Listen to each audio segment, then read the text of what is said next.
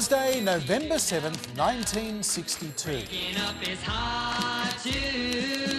It's 2 years since Richard Nixon narrowly lost the presidential race to John F. Kennedy. Now, Nixon has failed in his bid to become governor of California, and he's decided to give reporters gathered at the Beverly Hilton a piece of his mind.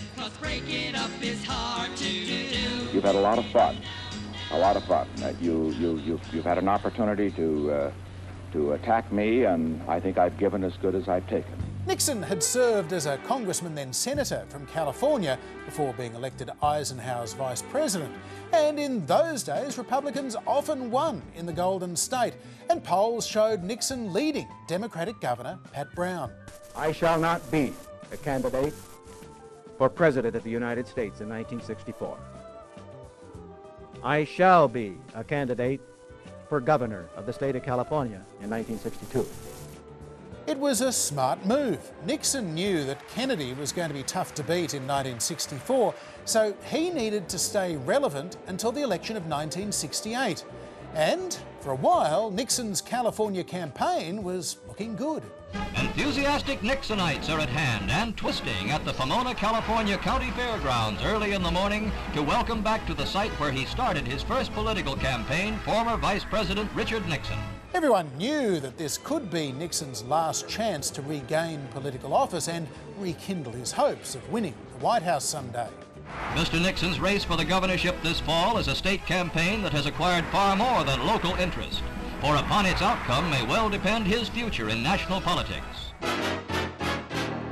But Nixon had plenty of enemies in California, including several prominent conservative Republicans, and now, again faced with defeat, he didn't try and hide his bitterness.